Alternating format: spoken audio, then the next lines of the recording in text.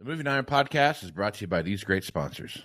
Are you looking to value your equipment more accurately, target the right buyers and close more deals, reach your ideal customer? Then look no further. Fuseable isn't just about ag data, it's about action. Our best-in-class solution empowers you to value your equipment accurately, make informed decisions, and find the perfect prospects. Ignite your dealership's growth at fuseable.com/movingiron-podcast. Out in the field, every decision counts. You wouldn't plant without testing your soil, so why would you prospect blind? Introducing EDA, your one-stop shop for ag equipment intel. EDA goes beyond specs and prices. You get deep dive data on every piece of equipment like UCC filings that help track ownership changes and uncover potential sales leads. D&B firmographics, which help you understand the financial health and buying power of potential customers. Market trends that help you stay ahead of the curve, and insights on equipment demands and pricings. With EDA, you're not just looking at data, you're seeing opportunity.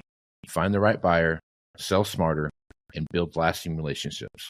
Visit edadata.com for your free demo and unlock the power of knowledge. For over 80 years, Iron Solutions has been your go-to data source for ag dealers, lenders, and manufacturers.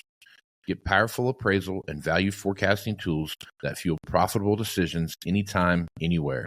Get your free demo at ironsolutions.com. Iron Solutions, confidence in every click.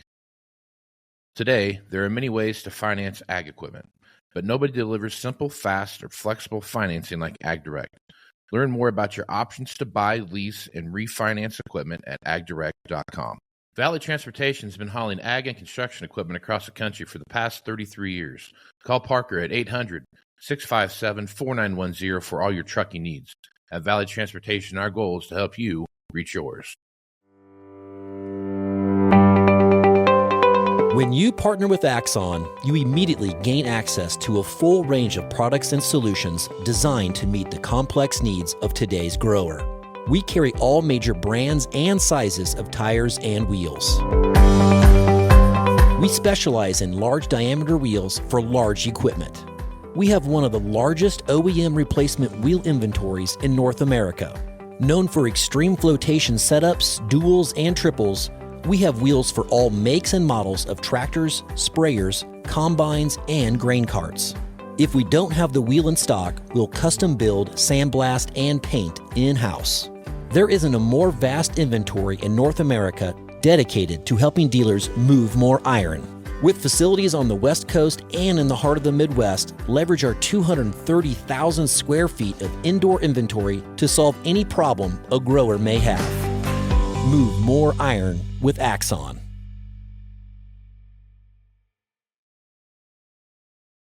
Moving iron in the 21st century. Hard-working people working hard for you and me. Moving iron time and time again. Through the years you'll find us here. Moving iron. Hello and welcome to Moving Iron Podcast. I've got Jordan Arsenault from EDA. She is a senior national account executive. Jordan, how you doing today? Good. Thanks for having me. Excited to talk with both of you.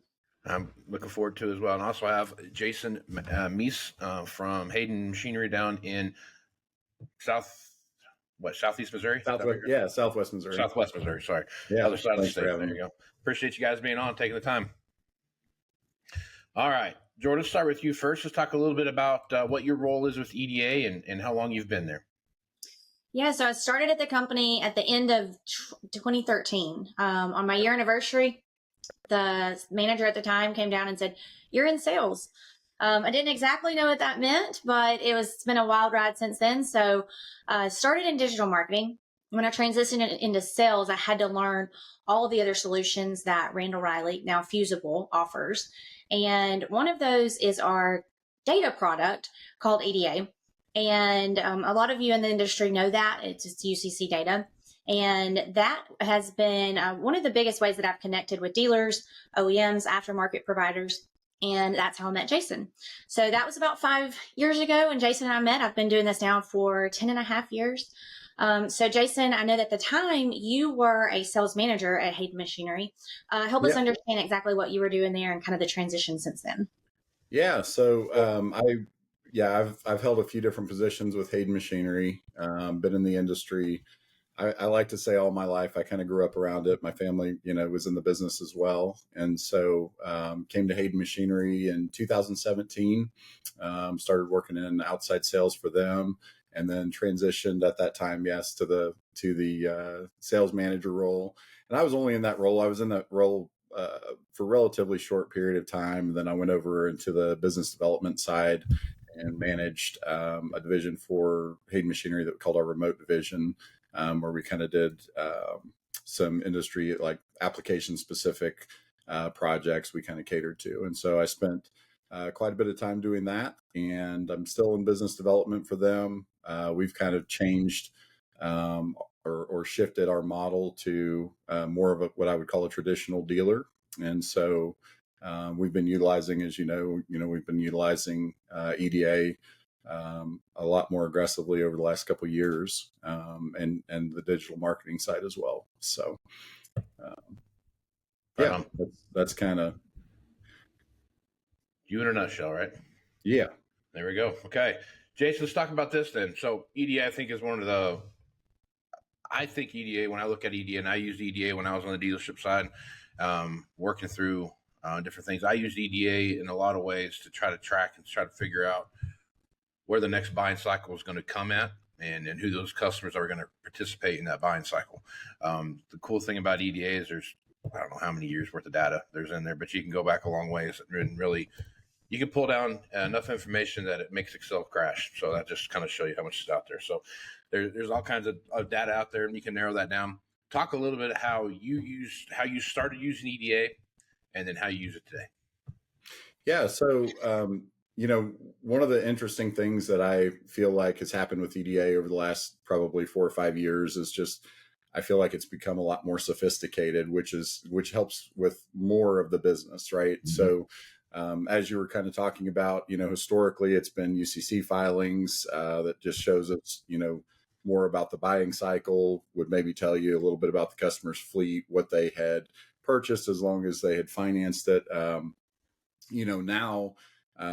with the rollout of their, they have the prospect piece, which I think is, very smart. That can be really beneficial. And I haven't seen a lot of dealers use it in this way, but the prospecting piece is really valuable on the rental side and also for the product support side, because they're looking at, you may have clients that are either cash buyers or potentially renting, that aren't showing up on EDA, that are now, through that data and the mirroring of those customers, you're starting to see a lot more customers out that aren't just financing, right? So that sophistication, I feel like has brought a lot more balance to the rest of the business. And so we're utilizing it in a lot of different ways. Yeah. So I think Jason brings up a good point there when you're looking at EDA data, because I'm right there with you. The amount of information that I got when I started using it in 2006 versus what's out there today is it's a different animal. Jordan, talk a little bit about that evolution of the product since you've been working with it. Yeah, I think one of my fond memories of Jason is him calling me from his truck and saying, "I'm using this mobile app right now. How cool is this?" And that's just one of the few examples that I have of how EDA has helped the people of all different calibers, all different levels. So of course the sales reps that are going out on the road, it helps them figure out exactly how to use their time wisely. If they have a large territory and they're traveling across the state in some cases, then they can plan that time and make the most of it, be efficient with, some of those resources that they're putting out there. If a client or a customer cancels the meeting and they're already halfway there, they can pull up the mobile app and talk to people or call them. One of those sophistications in that scenario that has really helped, and that I hear a lot of the sales reps and the sales managers really enjoy, is the residential versus commercial. And when you're in that situation, I don't know about y'all, but in Alabama, you don't just roll up on somebody's yard like that, right? So I think that's an important distinction. A lot of people in the compact space too, they're saying, hey, this is a landscaper, and we don't know if, if they work out of their home or they work out of their truck. Those guys have been historically really hard to get to. But knowing now that we can call them ahead of time and say, hey, I'm in your neighborhood. Can we stop by, or can I meet you somewhere? It's a job site. That right there alone is a very, very good piece for them to have. Another couple pieces of the data and the enhancements of the filters is that likelihood to buy. I hear people all the time in marketing, in sales management, forecasting, like you're talking about, Casey. They're saying, hey, if I click that filter, likelihood to buy, within the next year, that shows me who I should start reaching out to. There are thousands of prospects that these sales reps have access to in most cases in that EDA subscription. And so knowing when to reach out to them is half the battle, really. So we've made it easy for you there. And then also brand loyalty. I think a lot of people probably underutilize that filter. That's one where when I'm thinking from a marketing lens, right? Because I'm a marketing girl at heart. And when I'm thinking from a marketing lens, I'm thinking, if that person has always been brand loyal to my competitor as a dealer, and do I really want to spend that much time, effort, and energy going after them? Even if I'm a sales rep, I'm thinking, man, they bought, a deer. Their dad bought a deer. Their grandpappy bought a deer. Am I going to pull them from deer? Probably not. So, like in some cases where you have a mixed fleet, you're able to maybe sway them towards your brand, or they're more open to changing that. But some people just aren't. So being able to filter those guys out, I think is equally as important as knowing who is brand loyal towards your brand. Right. So I think those are the three features that I hear the most about. For sure. So I think one of the ones that I used quite a bit, feature-wise, was the likelihood to buy. To me, that was one of the easier ones I had. And I remember giving it to a sales rep, a list of stuff to a sales rep one time, and he spent all of his time calling the 75+% chance that they were going to buy something in the year. And he came back to me and said, I called everybody on this list and nobody. They've all bought something already. And I go, what are you talking about? So I'm going through, and I was walking him through that, and I go, which ones you call? And he goes, well, all these ones are here, the 75% ones. I go, well, they obviously have made their mind up at that point, and more than likely are either have made their mind up or have purchased something already. So you need to focus on the guys that are, less than 20% right now, and start building that relationship and building that time frame. Jason, when you're working with your customers that you're working with, how do you use that, and what do you go after? What's your kind of search criteria look like when you're prospecting for customers using EDA? So that's kind of interesting for us because, fundamentally we were a used equipment company and we took on some new product line, right? So we still have a very large used fleet. And so, when we roll out specific product, we're actually, for me, I'm looking for people that are brand loyal to CAT or brand loyal to Komatsu if I've got those machines. And so a lot of times, I'll pull that as an initial target list. And we'll start by targeting them if we have a machine specific to that.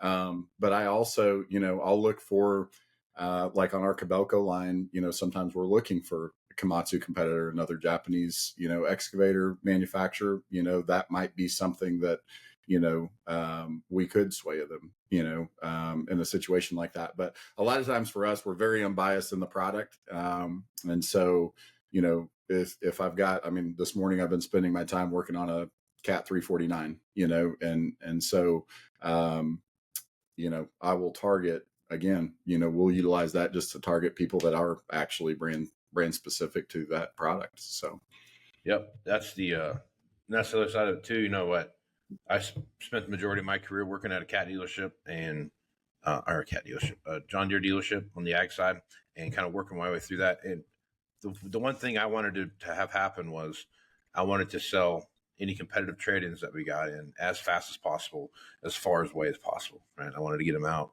of the area, and using EDA data, looking out at a broader spectrum of area and those kind of things did help accomplish that. And I think that's the cool thing about EDA from a prospecting standpoint, and also looking at your inventory management perspective, is I can look at a group of customers and say, hey, these guys are predominantly buying used equipment.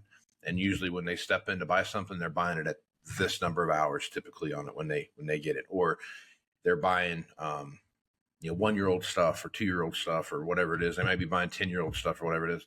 I always found that to be a good way to have that conversation with sales reps when you're saying like, hey, you should probably go call on this guy. Jason, when you're looking at working with sales guys, when you were in the sales management role, how did you go about using EDA to help your sales guys be successful? So, and I still do. So I ride with a lot of our sales team, both on the, machine sales side and also product support side. I spend a lot of time just doing sales training now. So, we utilize it. In fact, every Friday I have a 1 hour that I spend going over EDA and some of our other, systems, just trying to enhance that training and making sure that we're utilizing, because that information continues to get more valuable.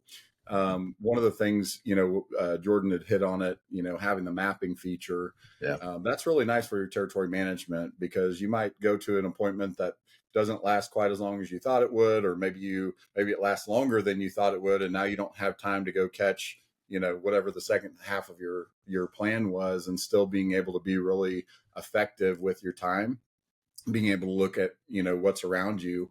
That's a huge benefit to that program.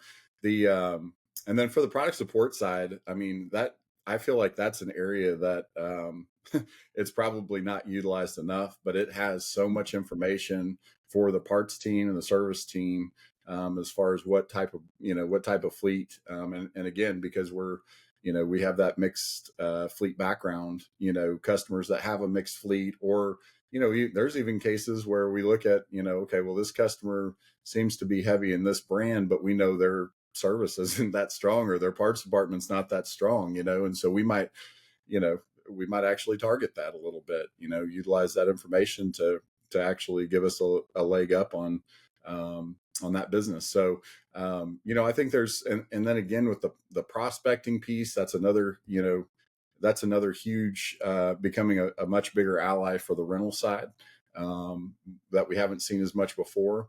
And then another one that, and I don't know when this hit, I just, this is one of those, I was today years old.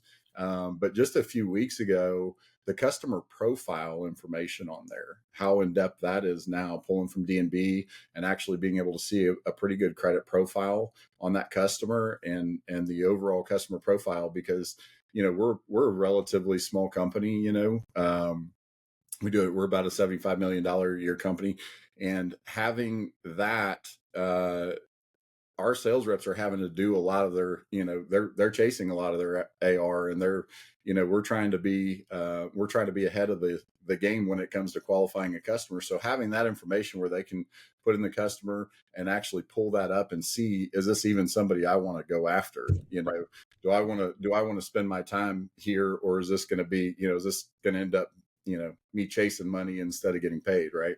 And so that's another, I think that's another really powerful feature that they have out there now. Yeah.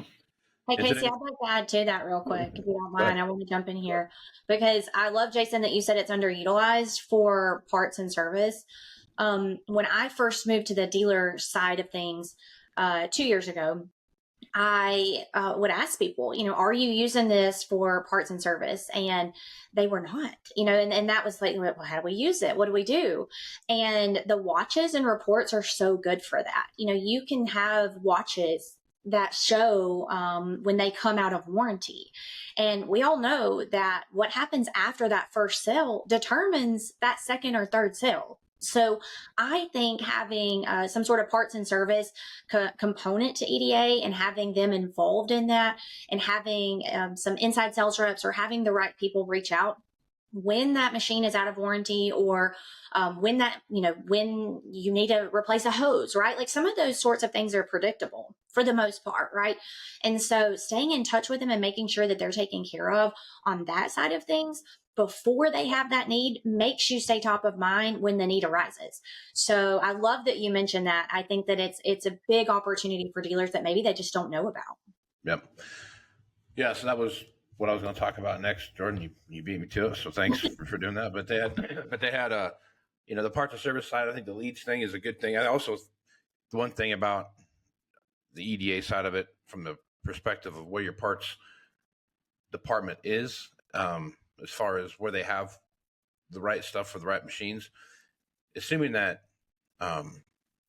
everything is as accurate as possible in there, you can pull down that list of machines for your area that were sold in the last 2 years, right, or something like that, the last 5 years or something like that, and start going through there and start looking at what that machine population looks like, and start making sure you have the right parts in stock for the right machines and those kind of things, common parts for machines that are out there. That way you have pretty well scaled up your parts department to be that trusted advisor when it comes to working with your customers out there. And I've found that to be one of the things I like. Again, like you said, it's very underutilized. When people think about EDA, they're thinking about, I'm going to go out and sell a machine, not necessarily dissect what my entire area looks like based upon each department that I'm working with. I think that's a very underutilized thing as well.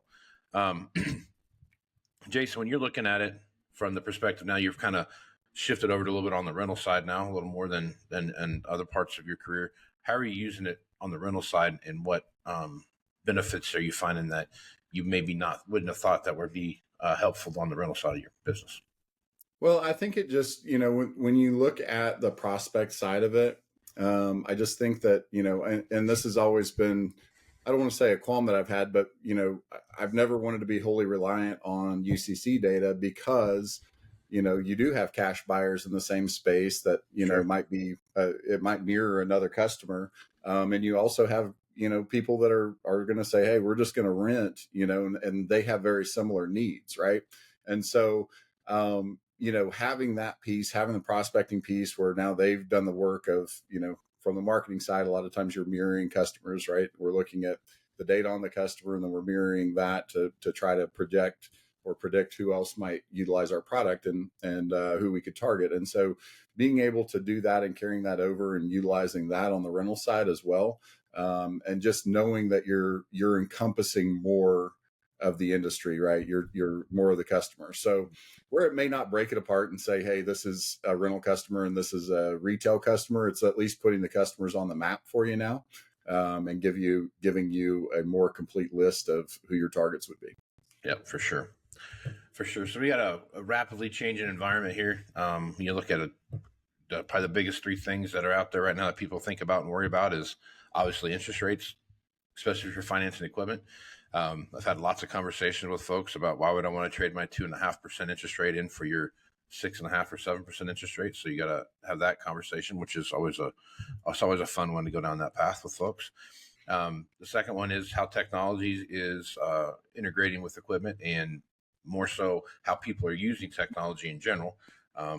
Chat GPT has become my new friend, and I use it all the time to find answers, or just to kind of help get me started on a writing something or whatever it might be. So I guess, Jason, as you're looking at how this soup of things that are changing out there, how are you addressing that with customers you're working with, and how are you setting your team up for success right now? Yeah. So, man, the technology space is a little bit, technology and data is kind of a hidden passion for me. And, we are working on a lot of projects that are probably a little bit forward thinking. I think, one of the things that, if I were to just speak out to the industry and say, hey, this is something we really have to start paying attention to, right? Is we've got two things happening simultaneously. One is that there's a decline on the service availability, right? So we're losing technicians, even as the industry maybe slows down. You talked about interest rates, we're seeing a little bit of an impact from that, but we know that's temporary. We know that if we look at it historically, interest rates are still down compared to the average. And so, I feel like that's probably, we're going to see a bounce back, a little bit more than, than what we've seen just in the last 6 months. Probably, I think we're going to see a lot of that come back. Election year, there's a lot of factors there. But with that being said, we see technicians, that the trajectory of that on the decline. On the other side of that, you have, which isn't always a welcome thing, you've got technology, and this is what I tell people. They're only going to continue to put technology into machines as people are receptive to the technology, right? Which I think over the next 5 to 10 years, we're going to see a lot more, even in the last year, I can tell you, GPS dozers, we have seen, obviously that technology has been around a long time, and eye machines, and, there's lots of that technology has been around for quite a while. Even telematics, telematics has been around 20 years, right? 20, and really hasn't, I don't feel like has been, I think it's probably only 80% utilized even at this point. Right. And so, this industry as a whole is very slow to be receptive to technology. But what I tell people all the time is, imagine how much better healthcare would be if every single part of the human was readable to the doctor, right? If they could constantly monitor your blood pressure, your breathing, your oxygen levels, if they could monitor everything, how much better the medical industry, how much more proactive, how much, you would gain a lot. And in this industry, we actually have that capability. It's just we're just not receptive to it. Right. And so you're not going to go in and throw, add $500,000 worth of technology to a machine where they're not even utilizing the $20,000 that already exists there. Right. And so becoming more receptive to that technology, it will, obviously increase, we're going to see an increase in costs. And I know, there's mixed opinions on this. A lot of us wish we could go back to, running tier 1, tier 2 type, emission systems and everything being mechanical. But in all reality, that's not the case. That's not going to be the case. The more we can utilize and stabilize, technology in the machines, and then even in our operations, utilizing our systems, becoming, more current in the operating systems that we have, that's only going to help the industry over time. Yep. So. Yeah. And I think you brought up a good one. I think telematics is a great example of utilization. So I started 2006, I want to say 2007 or 8 or something like that. Telematics on some of the ag stuff that I was working with started to come out, and it had been out for probably 10 years on the construction side. So as you take a look at how that's changed and morphed its way through, it doesn't feel like that was really utilized. So it's been out for as long as it's been out, but maybe the last 3 to 5 years, it's really been, people really started using it and tracking, hey, where's my machine at? How am I going to use my logistics now to better service my equipment and those kind of things.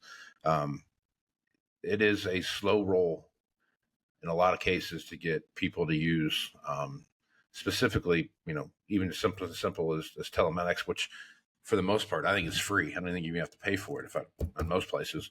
So you look at that perspective, and then you start throwing like GPS into the mix, and that's a whole nother thing where that's been around for 20 plus years. And when I remember when the first guy came out, it was a toy. It wasn't a tool, right?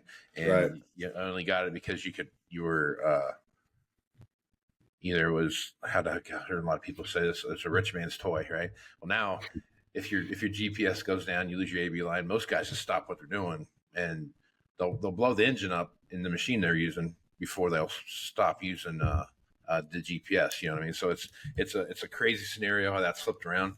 But you're right, it's a slow roll into getting adoption, right? You always have that first 15 or 20% of the population that wants to be on the cutting edge of technology, and then you've got 20% that they're going to fight it tooth and nail and still have a rotary phone in their house, and then you've got somewhere in the middle, right? And that's what that whole thing looks like, and it's amazing to watch how that flows through, and the trust. And I'm probably one a good example of that, where I hate texting. I used to hate texting when you had to hit the number 3 times to get the thing to go. And now if you call me, I'm the most annoyed person on the planet. So it's just a weird dynamic how that thing's changed around. But using technology to do that, as you look at it, Jason, from your perspective, how are your customers using that? How are you using technology to interface with your customers now? Is there anything that you're using now, maybe 5 years ago you weren't using, that your customers are actually asking you to use? Yeah. So we, I mentioned earlier, I guess before we were on the recording, we've delved off into some software development on our own terms, and primarily because the need wasn't really being met on what I would call a modern or a common sense approach to a lot of these systems. And so we've what we've done is just, we've started just solving some very, what I would call day-to-day type issues. And one of the things that we're doing is actually on, it's utilizing the telematics systems, and it's actually, basically taking what we're using every day and making that a service that's available to the customer, right? So for someone like us, a company like us that has mixed fleet and we're selling parts for all different types of machines, we've put out, we're building out basically a telematics platform where we can pull the feeds of every manufacturer into one feed. We can provide that out to our customers to utilize that with, again, whether they bought the machine from us or not, they have the ability to pull everything into one screen, which a lot of different telematics companies are doing. But we make that available to them for free. And that helps us on our side to help, that we're monitoring the health of their machines, right? Yep. So there's inspections on there. We can see oil sampling. They can build a work order history. They can do all of those things.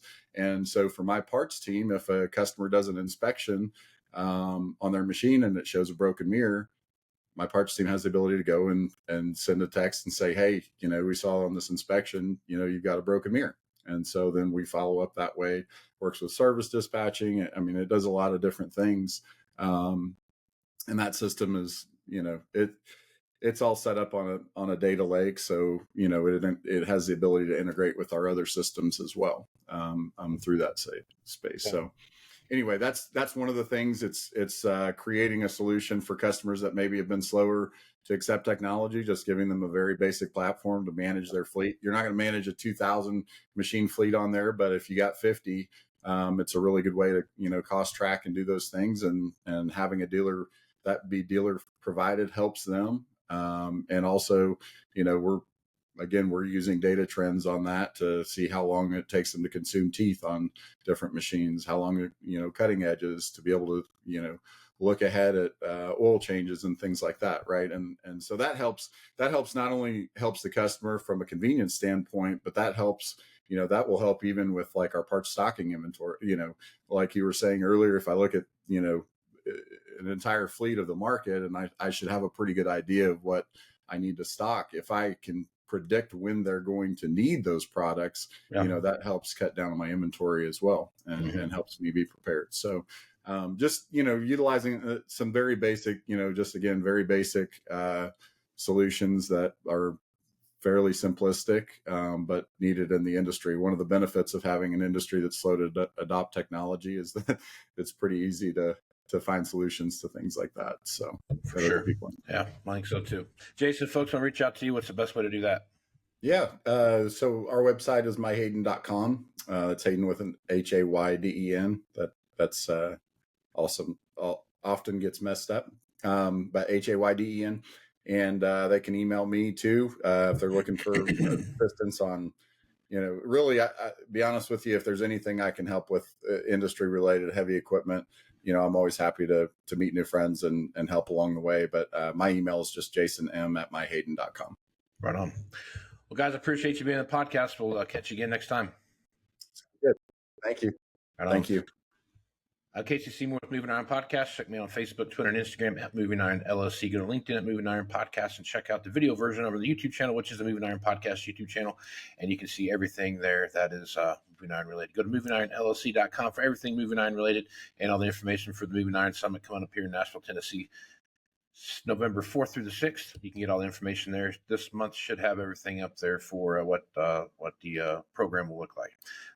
If you are more interested in what's going on with the equipment industry, feel free to give me an email at movingironpodcast, movingironpodcast.com, and I'll answer any questions that you might have. So with that, I'm Casey Seymour with Jason and Jordan. Let's go some iron, folks. Out. Iron Podcast is brought to you by these great sponsors. Are you looking to value your equipment more accurately, target the right buyers and close more deals, reach your ideal customer? Then look no further. Fuseable isn't just about ag data, it's about action. Our best-in-class solution empowers you to value your equipment accurately, make informed decisions, and find the perfect prospects. Ignite your dealership's growth at Fusable.com/movingiron-podcast. Out in the field, every decision counts. You wouldn't plant without testing your soil, so why would you prospect blind? Introducing EDA, your one-stop shop for ag equipment intel. EDA goes beyond specs and prices. You get deep dive data on every piece of equipment like UCC filings that help track ownership changes and uncover potential sales leads. D&B firmographics, which help you understand the financial health and buying power of potential customers. Market trends that help you stay ahead of the curve and insights on equipment demands and pricings. With EDA, you're not just looking at data, you're seeing opportunity. Find the right buyer, sell smarter, and build lasting relationships.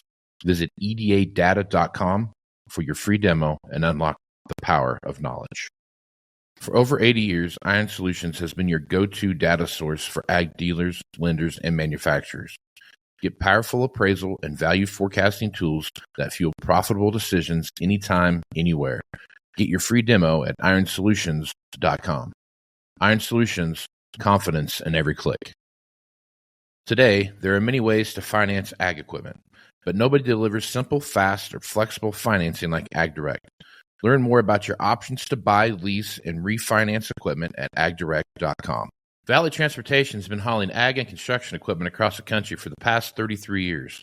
Call Parker at 800-657-4910 for all your trucking needs. At Valley Transportation, our goal is to help you reach yours. This podcast is proudly provided by Axon, helping dealers move more iron for the past 100 years. Find out more at axontire.com. Move more iron with Axon. Moving iron in the 21st century.